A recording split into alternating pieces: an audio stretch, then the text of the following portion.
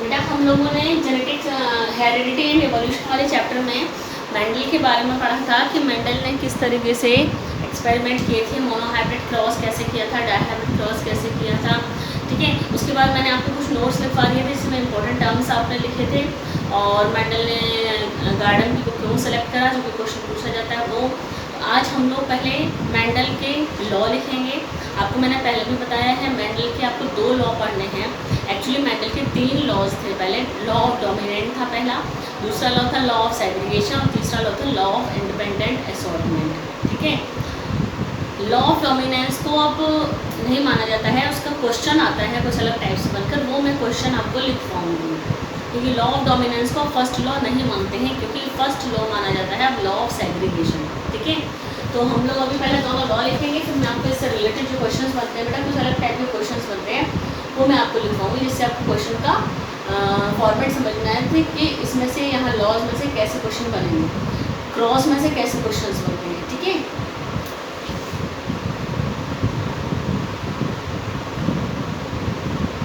Mendel's law of inheritance, first law कौन सा है? फर्स्ट लॉ कौन सा है? Law of segregation. First law है लॉ ऑफ सेग्रीगेशन। ठीक है, सेग्रीगेशन का मतलब होता है सेपरेट हो जाना। सेग्रीगेशन का मतलब होता है सेपरेट हो जाना। आपको ये मैंने पहले भी बताया था बेटा कि लॉ ऑफ सेग्रीगेशन में आपको मोनोहाइब्रिड क्रॉस को समझना पड़ेगा, यानी कि मोनोहाइब्रिड क्रॉस से ही लॉ ऑफ सेग्रीगेशन को बताया गया। तो लॉ ऑफ सेग्रीगेशन यानी सेपरेट होने का लॉ, सेपरेट होने का लॉ, अलग अलग होने का लॉ। इस लॉ में मेंडल ने क्या बताया? इस लॉ में मेंडल ने ये बताया कि जब एक कैरेक्टर के बीच में, एक कैरेक्टर के 2 एलील के बीच में जब क्रॉस कराया जाता है, इस लॉ में मेंडल ने क्या बताया, जब एक कैरेक्टर के 2 एलील्स के बीच में जब क्रॉस करवाया जाता है, तो जब गैमीट्स का फॉर्मेशन होता है, तो दोनों एलील जो होते हैं, जो 2 एलील होते हैं, कैपिटल टी या कैपिटल टी स्मॉल टी, तो जो 2 एलील होते हैं, इन दोनों एलील में से एक एलील एक गैमेट के अंदर जाता है और दूसरा एलील दूसरे गैमेट के अंदर, यानी कि ये एक जीन है, ये एक जीन है, इस जीन के पास 2 एलील हैं, ये एक जीन है जो कि एक कैरेक्टर को बताता है। लॉ ऑफ सेग्रीगेशन मैं आपको लिखवाऊंगी अभी। ये एक जीन है ना, जो किसी कैरेक्टर को बताता है। आपको मैंने बताया था कि हमारी बॉडी के अंदर हर एक कैरेक्टर के लिए एक पर्टिकुलर जीन है, तो ये भी एक जीन है। सपोज ये एक जीन है, ये जीन एक कैरेक्टर को बताता है, सपोज हाइट को बताता है, हाइट, टॉल और ड्वार्फ, टॉल और ड्वार्फ। इस जीन के पास ये 2 एलील हैं, ये 2 एलील हैं, इस जीन के पास ये 2 एलील हैं। एक एलील एक गैमेट के अंदर चला जाएगा, दूसरा एलील दूसरे गैमेट के अंदर चला जाएगा, यानी ये दोनों एलील हो गए सेपरेट। ठीक है, तो मेंडल ने लॉ ऑफ सेग्रीगेशन में यही बताया था कि किसी भी कैरेक्टर को डिफाइन करने वाला जो जीन होता है, उस जीन के पास 2 एलील होते हैं, और वो दोनों एलील में से एक एलील एक गैमेट के अंदर जाता है, दूसरा एलील दूसरे गैमेट के अंदर चला जाता है, यानी दोनों गैमेट एक दूसरे से सेपरेट हो जाते हैं। इसी को कहते हैं लॉ ऑफ इसी को कहते हैं लॉ ऑफ सेग्रीगेशन। ठीक है, चलिए तो हम लोग इसके बारे में लिख लेते हैं। Law of segregation, according to this law, according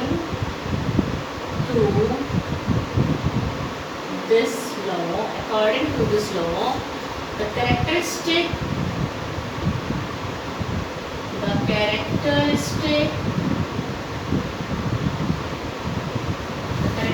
of an organism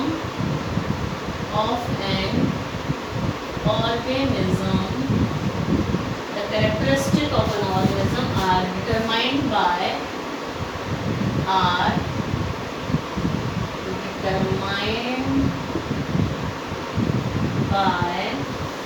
internal factors,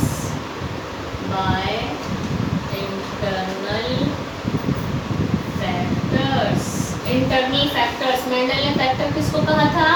Mendel ने फैक्टर किसको कहा था? जीन्स को। तो इंटरनल फैक्टर मतलब gene. ठीक है, according to this law the characteristic of an organism are determined by internal factors which occur in pairs, which occur in pairs, which occur in pairs, genes which occur in pairs. आपको पता है कि jeans pair में होते हैं कैसे, एक capital T होगा या कैपिटल टी होगा या स्मॉल टी होगा. ठीक है, तो genes occur in pair determined by the internal factor which occur in pairs and only one of a set, only one of a set of a pair, only one of a set of a pair of such factors, of such factors, only one of a set of a pair of such factors can be present in a single gamete, in a single gamete. ठीक है, according to this law the characteristic of an organism are determined by the internal factors which occur in pairs. Genes occur in pairs, determined by the factors which occur in pairs. Only one of a set of a pair of such factors can be present in a single gamete. यानी genes pairs में होते हैं and only one of a set of pair, एक दो में से एक, a set of pairs such factors can be present, of such factors can be present in a single gamete. दो में से एक gamete के अंदर पहुंचता है. This is the law of segregation. और इस law of segregation में आपको क्या समझना है, इस law of segregation के में क्या होता है, यानी कि ये मोनोहाइब्रिड क्रॉस को बताता है. क्या बताता है? मोनोहाइब्रिड क्रॉस को. इस पर बेस्ड जो क्वेश्चंस आते हैं वो इस पर बेस्ड क्वेश्चंस मैं आपको भी करवाऊंगी बेटा. ठीक है, क्योंकि लॉ लिखने के लिए कुछ अलग से आता है या लॉ को किसी भी तरीके से पूछ सकते हैं, वो आपको मैं बताऊंगी कैसा क्वेश्चन बनता है इस लॉ से रिलेटेड. ठीक है, एक्चुअली नाम से तो लॉ कम आता है लिखने के लिए एग्जाम में ना, बोर्ड के एग्जाम में लॉ ऑफ सेग्रीगेशन के नाम से तो कम आता है. इस पर बेस्ड कुछ अलग टाइप के क्वेश्चंस आते हैं, वो आपको मैं क्वेश्चन का फॉर्मेट बताऊंगी कि किस तरीके से क्वेश्चन बनता है इस पर. ठीक है, तो हम लोग दूसरा लॉ लिखेंगे. Second law,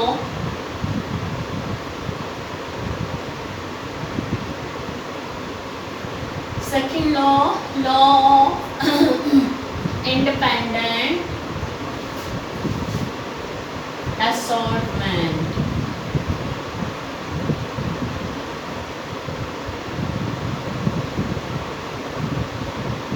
law of independent assortment.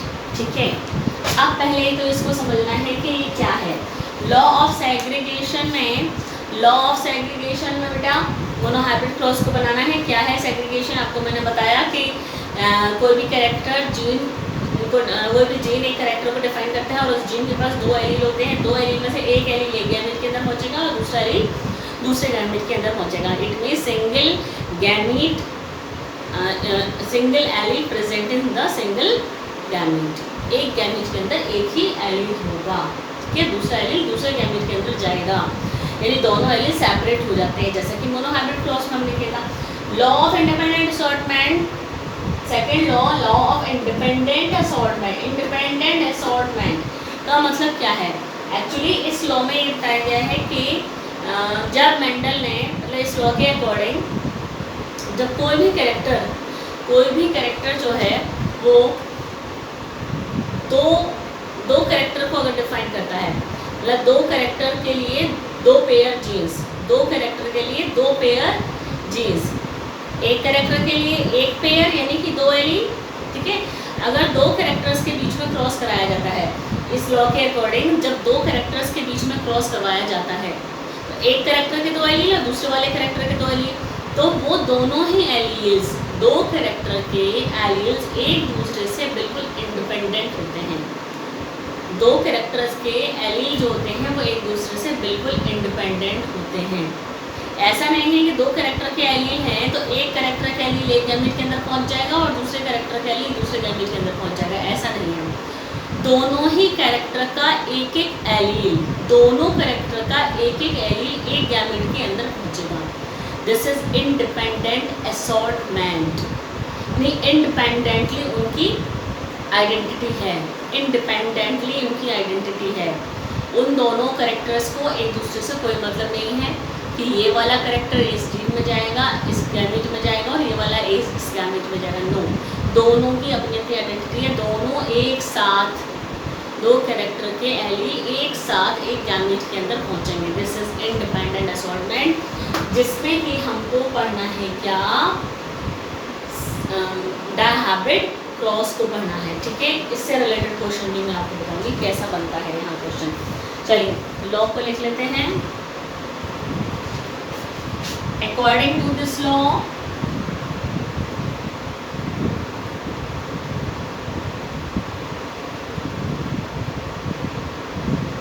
according to this law, in the inheritance of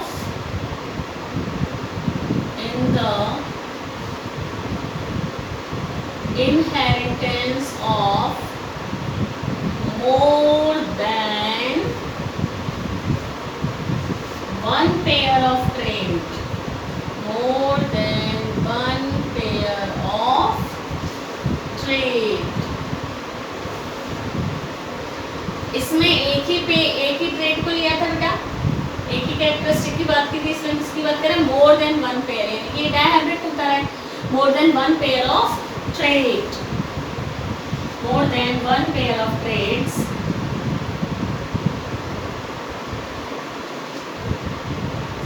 one pair of traits in a cross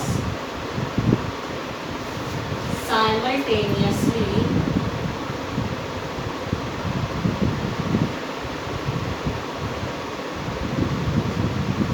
the factors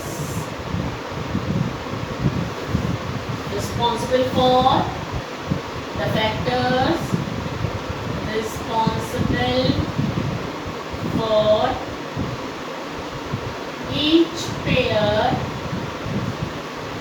each pair of traits, responsible for each pair of traits, responsible for each pair of traits are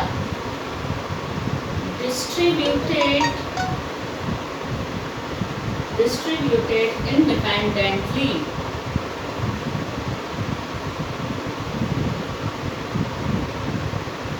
Independently to the gamete.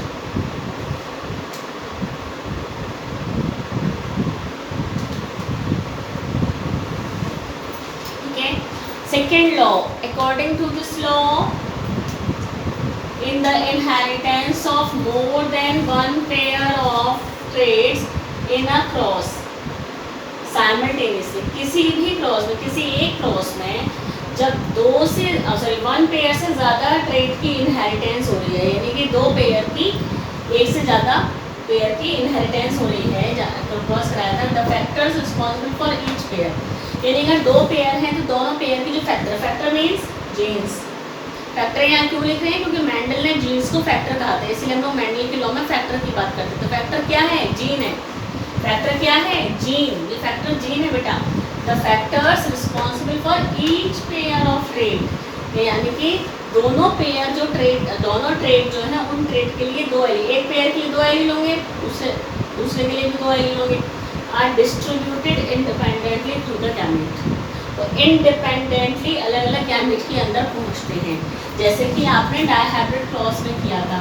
यहाँ पर इसके लिए बेटा dihybrid cross को बनाया जाता है, क्या बनाया जाता है, यहाँ पर डाईहाइब्रिड क्रॉस बनाया जाता है।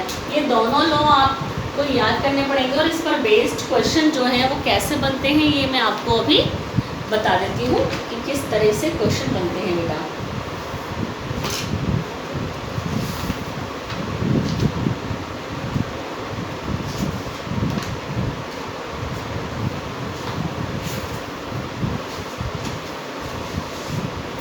जैसे कि एक क्वेश्चन बनता है जो कि इस वाले लॉ पर बनता है ना, या तो इस वाले लॉ पर समझ सकते हैं या फिर डोमिनेंस वाले लॉ से रिलेटेड बनता है, तो एक ही बात है, एक ही जैसा होता है इनका। तो हम पहले समझते हैं कि इससे रिलेटेड क्या क्वेश्चन बन रहा है, उस क्वेश्चन को किस तरीके से करना है। इसमें बहुत अलग अलग टाइप के क्वेश्चन बनते हैं बेटा, क्योंकि क्रॉस के लिए कुछ भी आपको कैरेक्टर दिया जा सकता है, क्योंकि कैरेक्टर्स जो हैं ये कोई भी लिए जा सकते हैं जो कि आपके सिलेबस में है, उससे रिलेटेड कैसा भी क्रॉस आपको एग्जाम में आ सकता है और उस पर बेस्ड क्वेश्चन आ सकता है, ठीक है। तो क्वेश्चन है,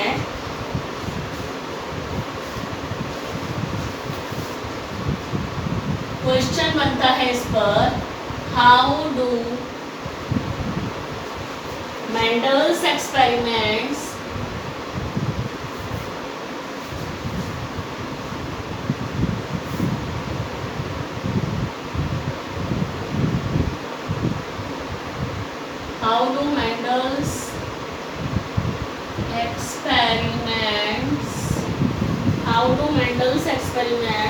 show that traits may be dominant, traits may be dominant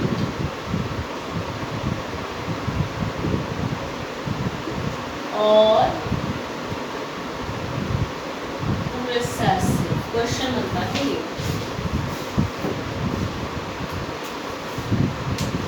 how do Mendel's experiments show that traits may be dominant or recessive? Mendel के एक्सपेरिमेंट किस तरह से शो कर पाते हैं, यानी मेंडल ने कौन से एक्सपेरिमेंट किया जिससे ये शो होता है कि जो क्रॉस होता है वो मतलब जो ट्रेट्स होते हैं वो डोमिनेंट भी हो सकते हैं और रिसेसिव। आपको मैंने बताया डोमिनेंट कौन सा होता है, जो कि जनरेशन में दिखाई देता है, और जो दिखाई नहीं देता है लेकिन आगे की जनरेशन में प्योर फॉर्म में आ जाता है वो रिसेसिव होता है, यानी कि जो छिप जाता है वो रिसेसिव होता है, जो दिखाई देता है वो डोमिनेंट होता है। तो इसके लिए मेंडल ने कौन सा क्रॉस करवाया था, मोनोहाइब्रिड क्रॉस करवाया था। तो इसके आंसर में हमें क्या बताना पड़ेगा, मोनोहाइब्रिड क्रॉस, क्योंकि मोनोहाइब्रिड क्रॉस में ही तो ये पता चला है कि F1 जनरेशन में जो आया है वो डोमिनेंट आया है लेकिन हाइब्रिड आया है। तो उसे पता लगा कि था तो रिसेसिव का भी जीन लेकिन डोमिनेंट वाला दिखाई दिया, तो उन्होंने कहा डोमिनेंट बी वाला है। तो उससे पता चला कि डोमिनेंट क्या है और रिसेसिव क्या है, ठीक है। इसके आंसर को लिख लेते हैं बेटा। लिखने का तरीका, क्वेश्चन में क्रॉस को भी लिखवाना आता है, क्रॉस को भी लिखने नहीं आता, जो क्रॉस आप बनाते हैं उसको कैसे आप लिखेंगे वो भी आता है। Mendel conducted experiment, Mendel conducted experiments on garden pea plants, selecting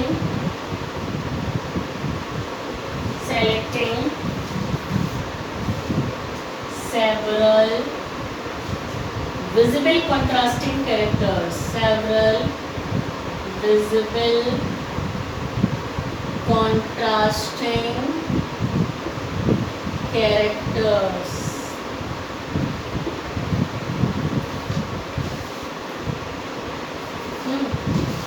points में लिखिए।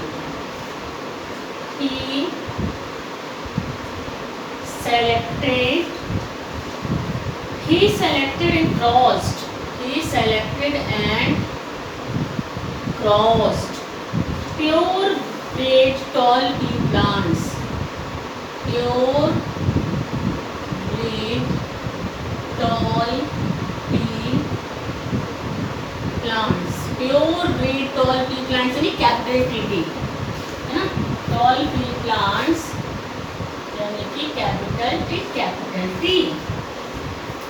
He selected and crossed pure bred tall pea plants with a pure bred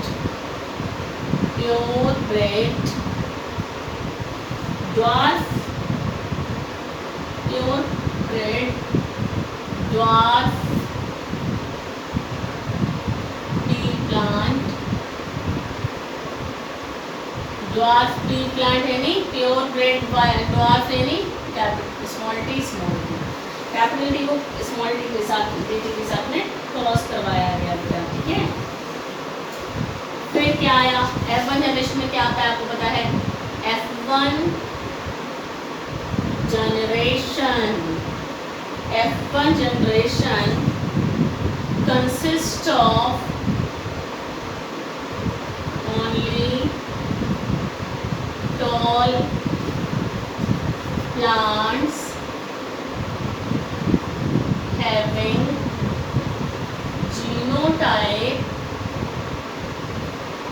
having genotype capital T small T, ये बताया ना आपको, जब उसका capital T small T cross कराया था F1 जनरेशन में, यही तो आया था टॉल, है ना। ओनली टॉल प्लांट मिले थे, only tall plants having genotype, सारे के सारे F1 जनरेशन में टॉल प्लांट आए थे और सभी का जीनोटाइप कैसा था, कैपिटल टी और स्मॉल टी था, ठीक है। चलिए आगे देखते हैं, the expressed allele capital T for tallness is dominant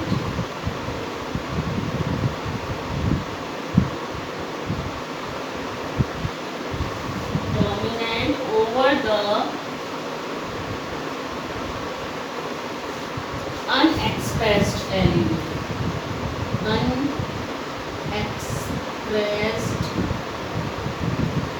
allele, small t, unexpressed allele small t for dwarfness.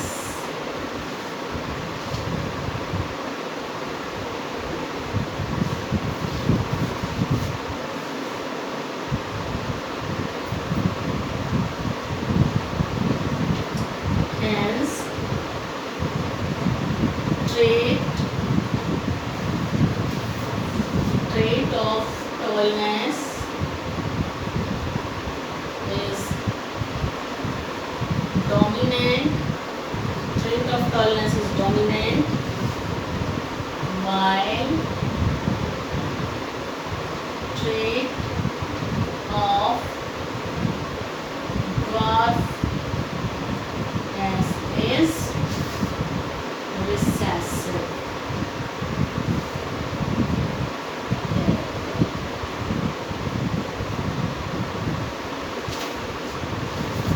ठीक है, अब ये पूरा का पूरा डिस्क्रिप्शन कौन सा है जो हमने मोनोहाइब्रिड क्रॉस में करा था। Mendel conducted experiment on garden tea plant selecting several visible contrasting characters, ठीक है। उन्होंने क्या क्रॉस करा, ही selected and crossed pure breed tall tree plants, मतलब प्योर टॉल है कैपिटल टी यानी प्योर टॉल है, का क्रॉस कराया गया pure breed dwarf tree plant यानी स्मॉल टी के साथ। मालूम है आपको F1 generation consist of only tall plants, जिसका genotype capital T small T आया। फिर आपको मालूम है the expressed allele capital T यानी ये for tallness is dominant over the unexpressed, ये अनएक्सप्रेस्ड है। स्मॉल टी कैसा है, unexpressed allele small T for dwarfness, यानी कि कैपिटल टी एक्सप्रेस हो रहा है जबकि स्मॉल टी एक्सप्रेस नहीं हो रहा। तो जो एक्सप्रेस हो रहा है वो डोमिनेंट है, जो एक्सप्रेस नहीं हो रहा वो रिसेसिव है। यही तो बताया था मेंडल ने, तो इस तरीके से मेंडल शो कर दिया। Hence trait of tallness is dominant. Trait of tallness is dominant while trait of dwarfness is recessive character. यानी कि टॉलनेस का जो कैरेक्टर है वो डोमिनेंट है और ड्वार्फनेस का जो कैरेक्टर है वो रिसेसिव कैरेक्टर है। इस तरीके से मेंडल ने इसको शो करा। ये लॉ ऑफ सेग्रीगेशन से रिलेटेड है। और भी बेटा क्वेश्चन बनते हैं, मैं आपको बताऊंगी कैसे कैसे क्वेश्चन बनते हैं लॉ से रिलेटेड या फिर मेंडल के एक्सपेरिमेंट से रिलेटेड, ठीक है। देखिए दूसरा क्वेश्चन मैं आपको बताने जा रही हूँ कि जो बनता है इंडिपेंडेंट असॉर्टमेंट से, दूसरे वाले लॉ से ना, इंडिपेंडेंट असॉर्टमेंट से कैसा क्वेश्चन बनता है।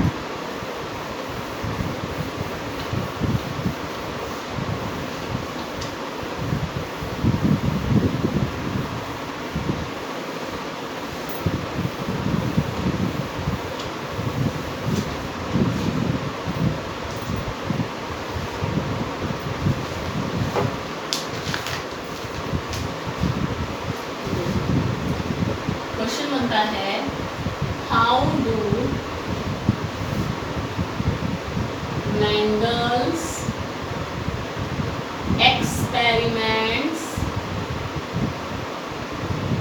Mendel's experiments show that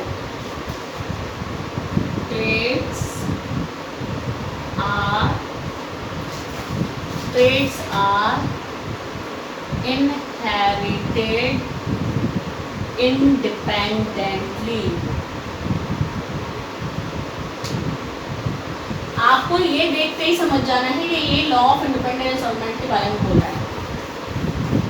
ये देखते समझ जाना है, इंडिपेंडेंटली देख के समझ जाना है कि लॉ ऑफ इंडिपेंडेंट असॉर्टमेंट के बारे में बोल रहा है। तो आप फटाफट से डायहाइब्रिड क्रॉस ही बनाना है, तो क्या आंसर लिखेंगे आप इसका? In a dihybrid cross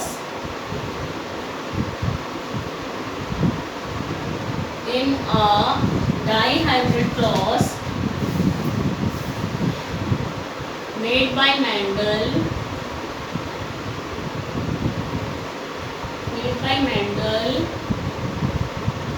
it was observed that when two pairs of traits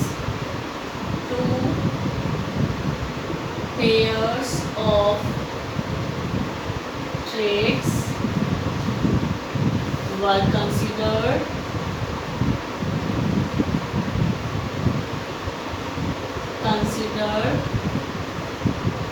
each trait expressed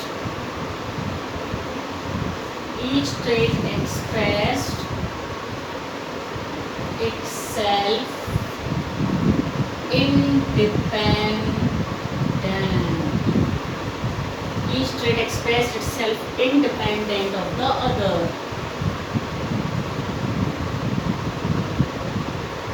Thus, Mendel was able to propose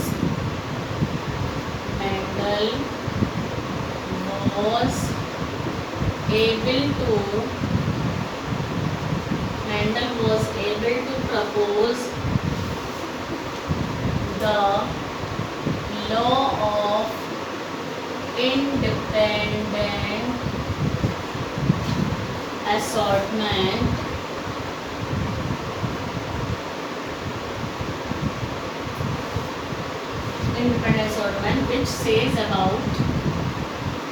which says about independent inheritance,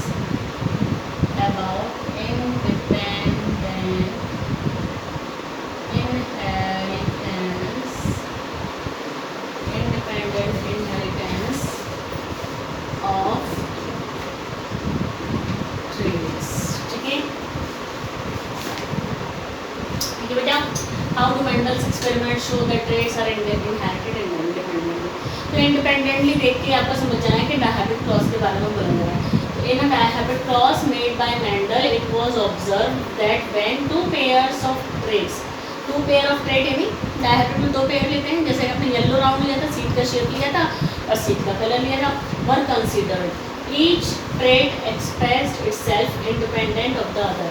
दोनों ट्रेट अपने आप को इंडिपेंडेंटली दिखाते हैं, मालूम आपको ना। येलो वाला तो येलो वाई को दिखाएगा, वाई होगा तो येलो दिखाएगा, स्मॉल वाई होगा तो ग्रीन को ही दिखाएगा।